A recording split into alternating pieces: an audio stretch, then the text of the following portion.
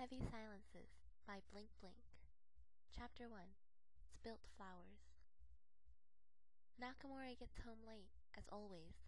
The length of the hours he works never makes any difference, but starting early and staying late long ago became habit.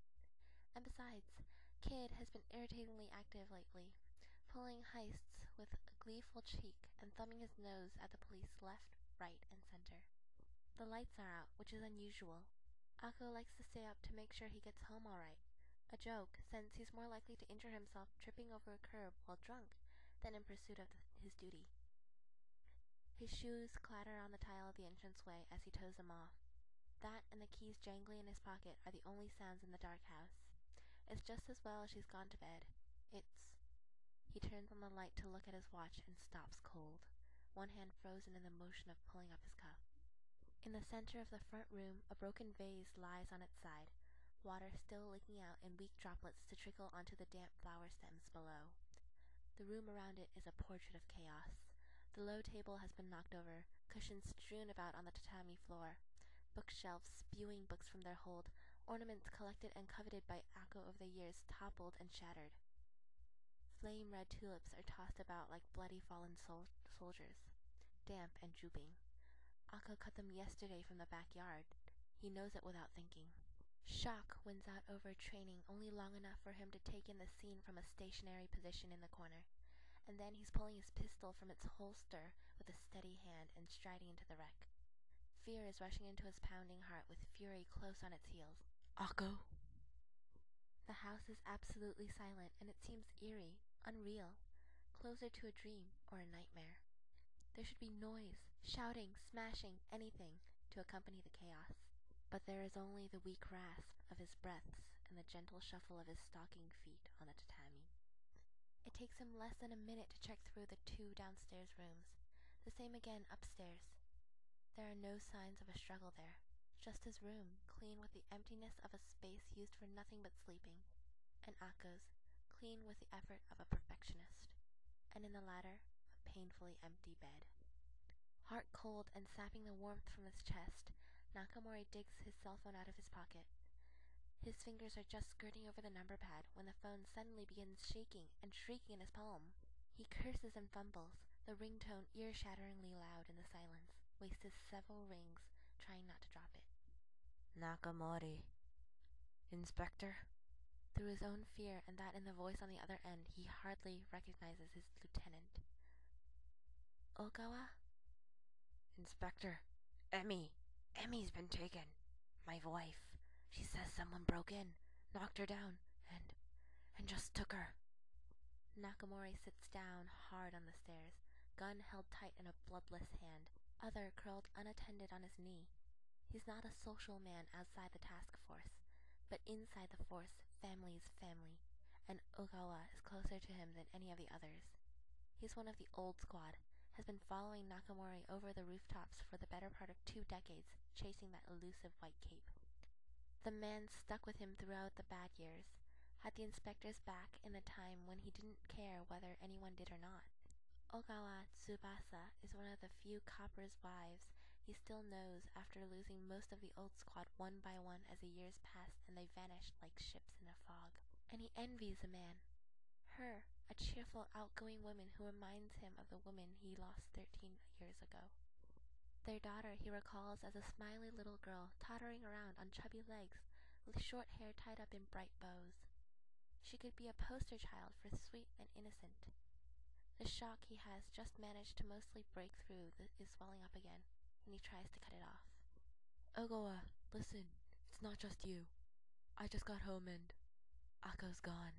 Feeling as though he's speaking through water, Nakamura swallows harshly and cleared his throat.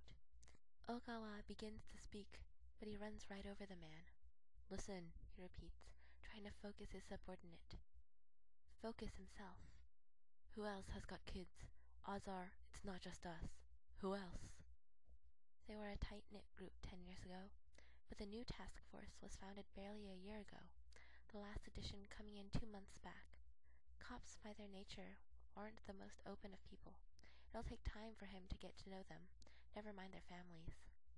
And then there's a further barrier of rank, separating them from their superior, as well as Nakamori's own preference for privacy regarding his family matters, which is doubtless diffused to the men.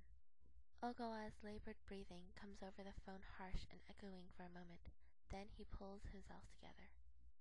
Yamato's got a son who's just going to junior high. Uida's daughter just graduated from university. Is she safe? Washio's got a kid, I think, but I don't know how old. You know how he is. Takarai's got the two in elementary. Oh, and Sawara's wife is expecting. Sometime around the end of the month. Right, says Nakamori, sparing a second to be grateful for his lieutenant's reliability. You call Washiro, Takarai, and Sawara.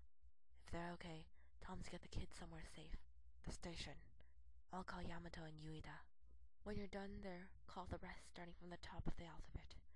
Tell them to get any close relatives somewhere safe, out of town if possible, and tell them to meet in my office in an hour. I'll start from the bottom, and tell them to keep it quiet. Yes, sir. And Ogawa?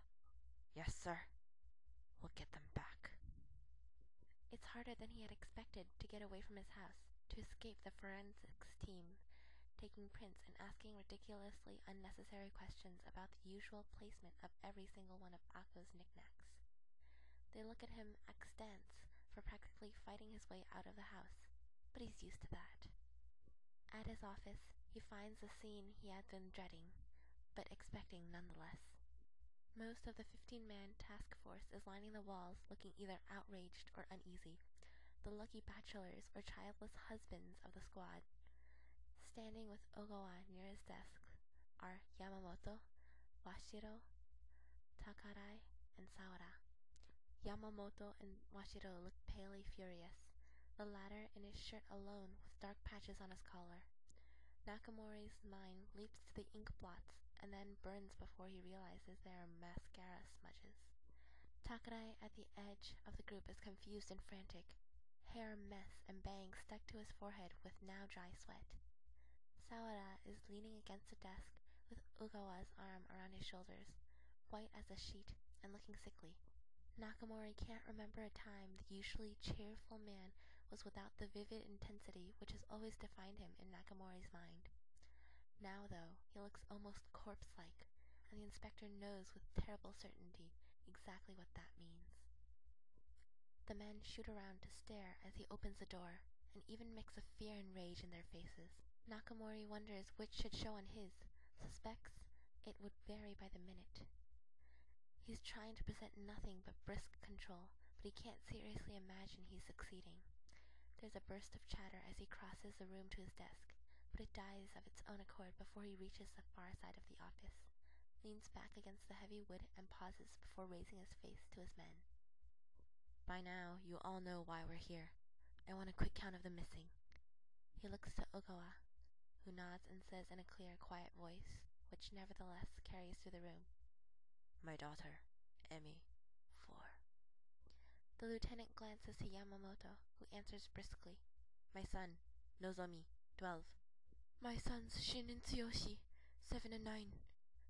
Takarai's voice is weak and shaking, like the man.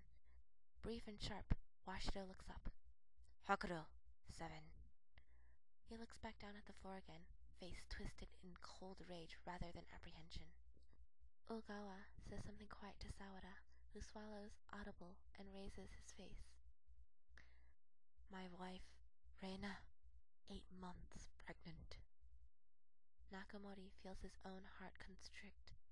It's unfair to sympathize with one more than the others, but emotions aren't governed by fairness, and Sawara is old squad. He and Reina have wanted kids for years, tried everything, had almost given up. It's no effort to remember the day the man came into the station to announce the pregnancy. The memory pours into Nakamori's mind now like mercury, bright and thick.